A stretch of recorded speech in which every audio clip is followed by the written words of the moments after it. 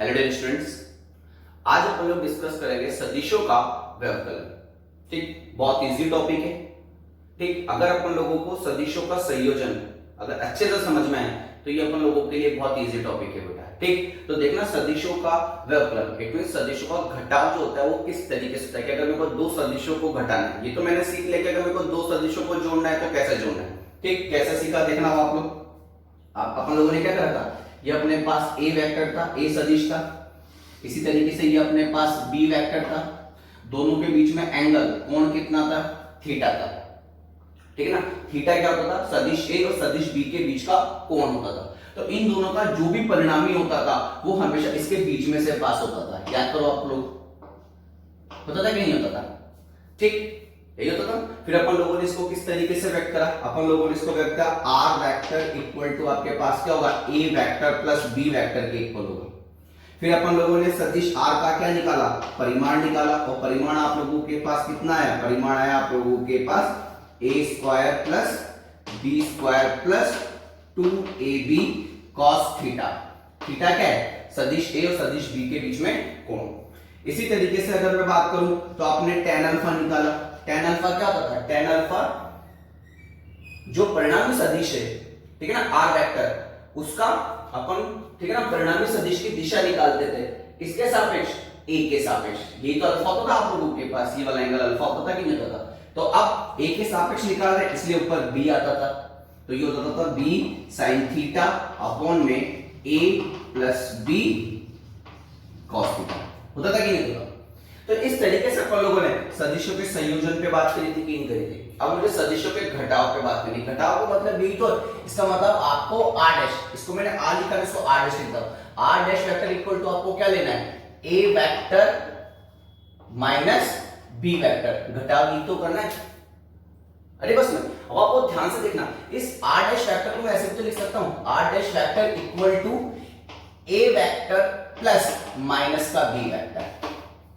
अरे बस में मतलब अगर मैं सिंपल सी बात करूं तो मैं ए वेक्टर में, ठीक है ना, सदिश ए का, ठीक है ना, क्या कर दूं, संयोजन कर दूं किसके साथ, माइनस बी वेक्टर के साथ। तो ये भी एक तरीके से किसको व्यक्त करेगा, सदिश के व्यवकलन को व्यक्त करेगा कि नहीं करेगा। तो एक तरीके से जो सदिशों का घटाव है वो भी एक तरीके से संयोजन ही है।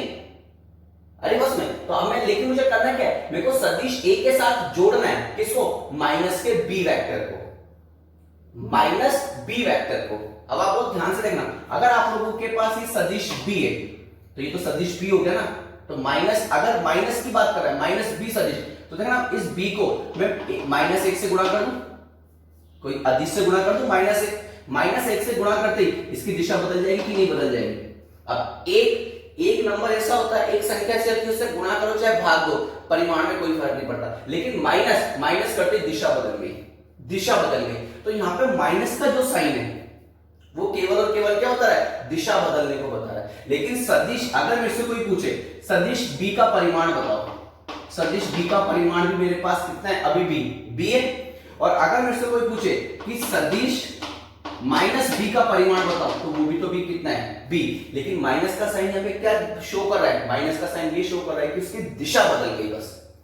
अरे बस समझ में आप लोगों को। ठीक, तब आपको ध्यान से देखना इस चीज को। तो अपन को b की जगह क्या करना है, माइनस बी करना है। तो देखना आप लोग, अब माइनस बी का मतलब दिशा जस्ट क्या कर दो, उल्टी कर दो। अब दिशा जस्ट अपोजिट कर दोगे तो आप उसके क्या करना, फिर a वेक्टर के साथ ऐड कर देना। तो देखना आप लोग, अब मैंने क्या करा, जो b वेक्टर पहले ऊपर जा रहा था इसके जस्ट उल्टी दिशा में ये वाला वेक्टर ले गया। और ये किसको व्यक्त करेगा, एक तरीके से माइनस b वेक्टर को व्यक्त करेगा कि नहीं करेगा। ठीक, और अगर ये b वेक्टर को व्यक्त कर रहा है तो आप देखना ये पूरा एंगल कितना होगा, 180। अब उसमें से ये थीटा चला गया कि चला गया, तो आपके पास कितना बचेगा, आपके पास बचेगा 180 डिग्री माइनस थीटा। आगे बात सुने, तो फिक्स है कि आपका जो परिणामी होगा, अब ये रहा ए, अब ऊपर सबको भूल जाओ, ठीक है ना। अब ए वेक्टर और माइनस बी वेक्टर के बीच में कोण कितना है, 180 डिग्री माइनस थीटा। ठीक है ना, अपन लिख देंगे सदिश ए और सदिश बी के बीच कोण, माइनस बी के बीच कोण कितना है आप लोगों के पास, 180 डिग्री माइनस का थीटा। तो फिर से आपका जो परिणामी होगा वो यहां से कहीं से इस तरीके से पास होगा और उसकी वैल्यू कितनी होगी आपके पास, आर डैश।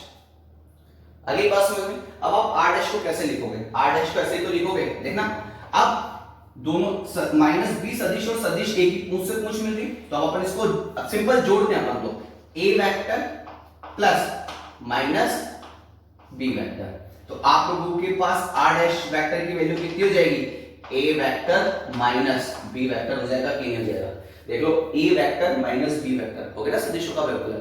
तो ऐसी कंडीशन पे मेरे पास आर डैश वेक्टर की वैल्यू कितनी है, आर डैश वेक्टर की वैल्यू है a vector minus B vector.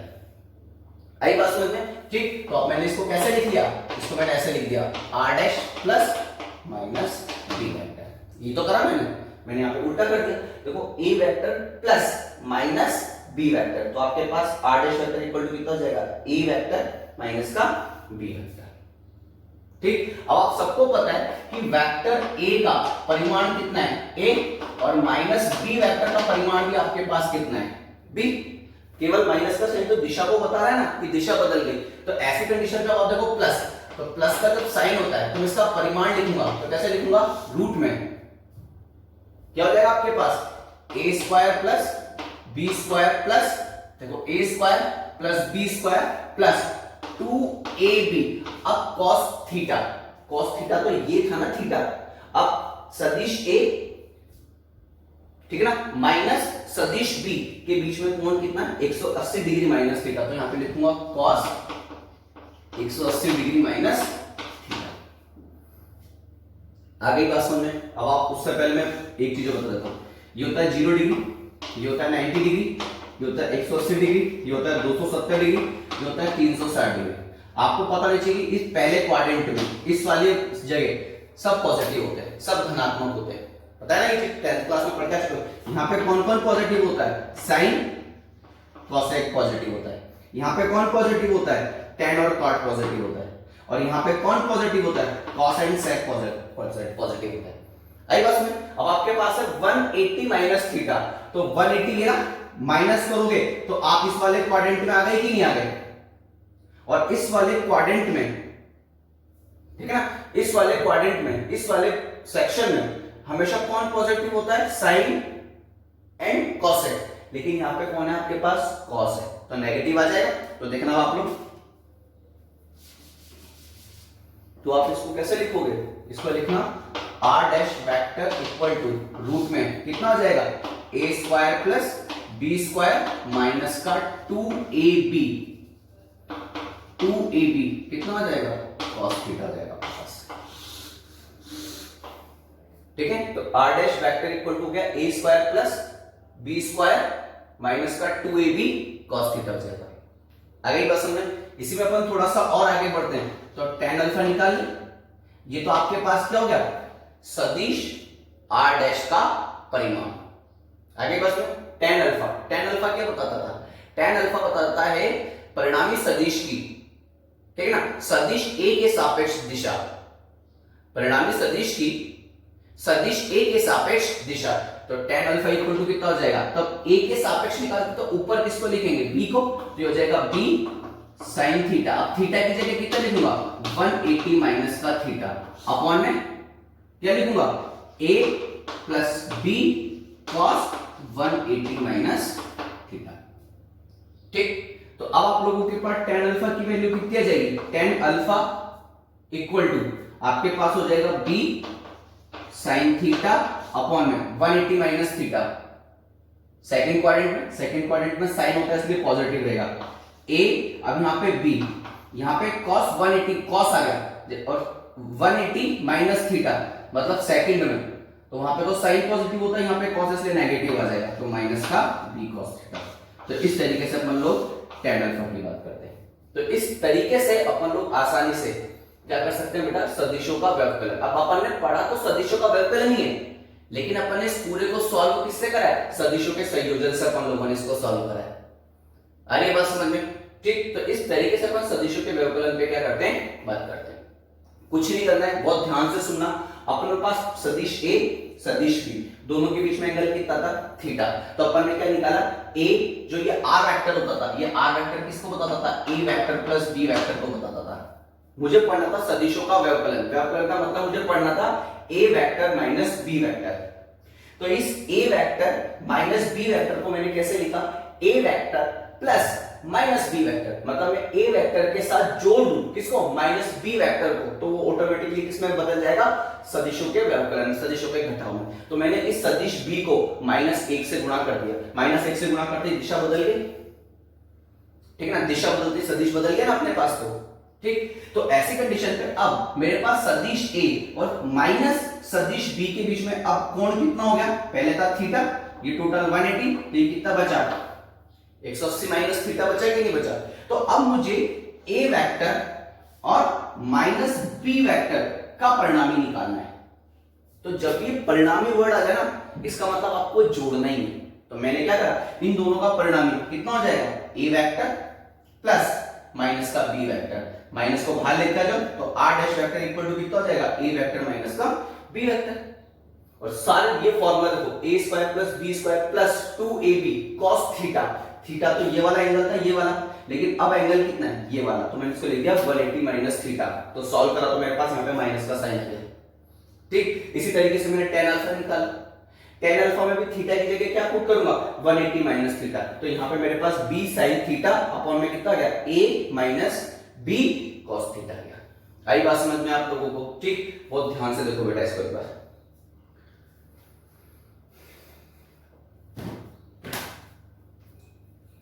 ठीक है। थोड़ा सा और आगे बढ़ते हैं वहां पर,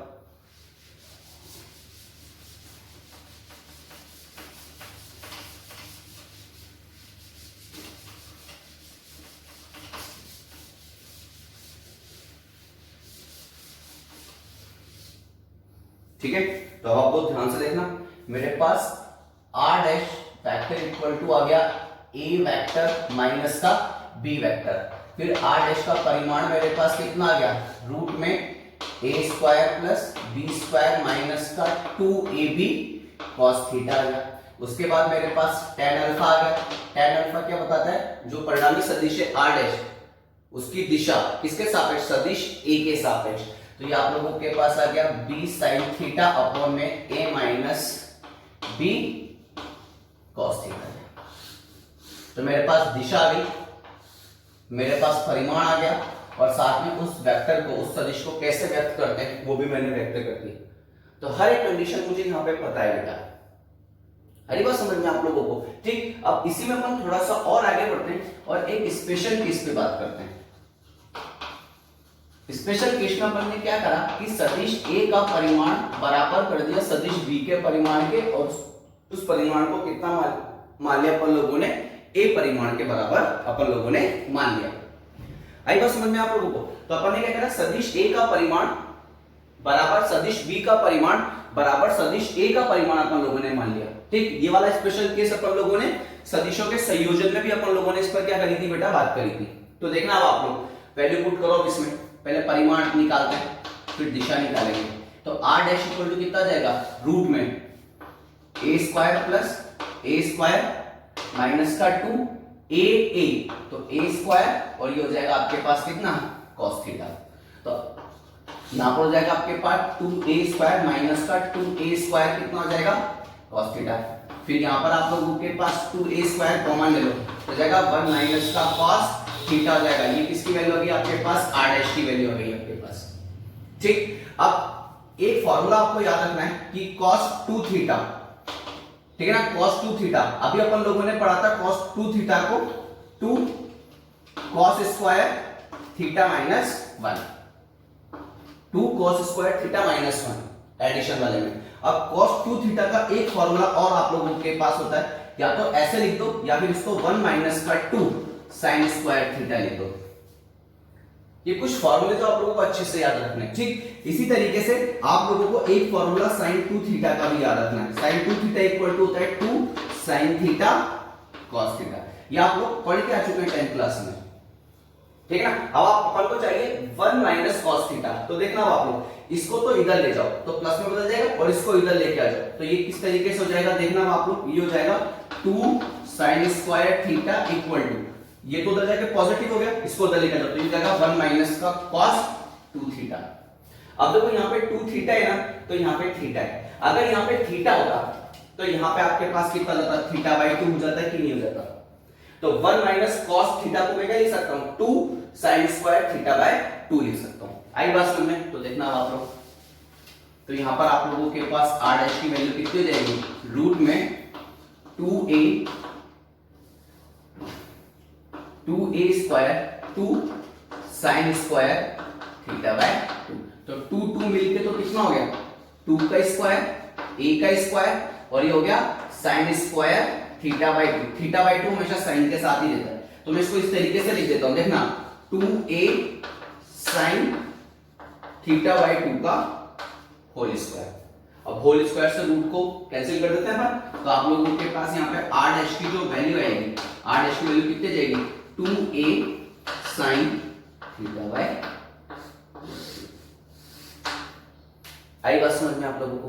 ठीक इसी तरीके से देखो साइन 2 थीटा, साइन 2 थीटा को क्या लिख सकते हैं 2 साइन थीटा कॉस थीटा। मतलब यहां पर अगर 2 थीटा है ना तो इधर थीटा आ गया, अगर इधर थीटा होगा तो इधर क्या जाएगा थीटा बाय 2 थीटा बाय 2। आगे बात समझ में, क्योंकि अभी काम आएगा अपने, देखना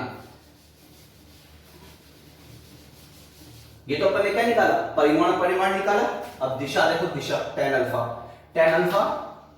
इक्वल टू b की जगह कितना लिखूं a, ये हो जाएगा a sin थीटा अपॉन में a minus a cos theta.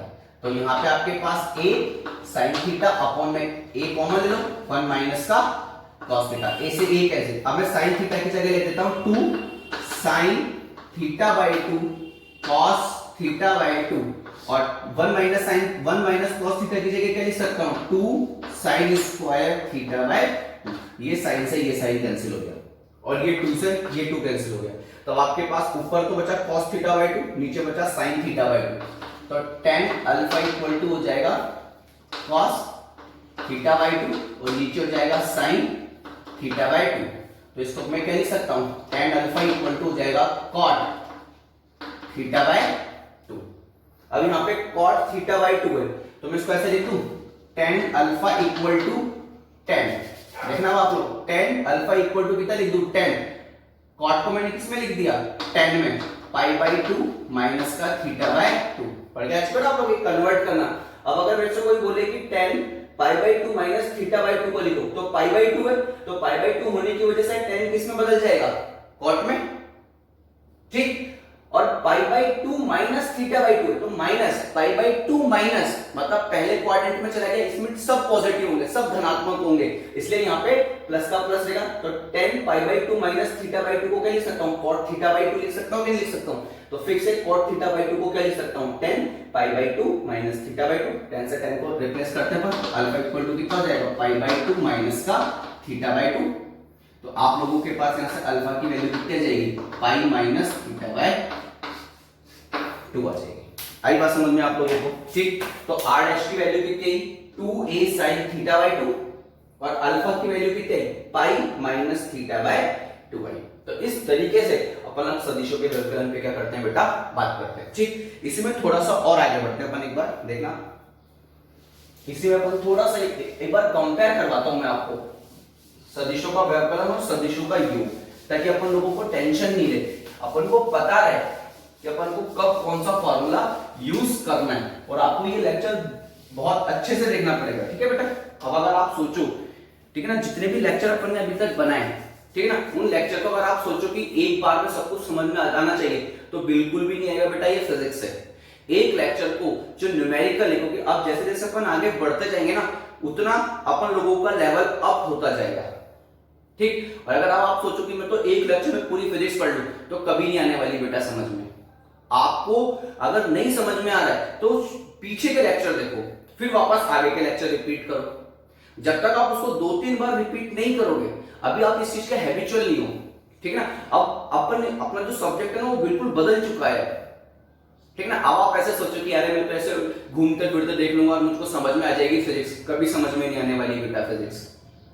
Physics एक अलग लेवल पर है और जैसे जैसे अपन आगे बढ़ते जाएंगे ना तो इसका लेवल अप होता जाएगा, डाउन कभी भी नहीं होगा।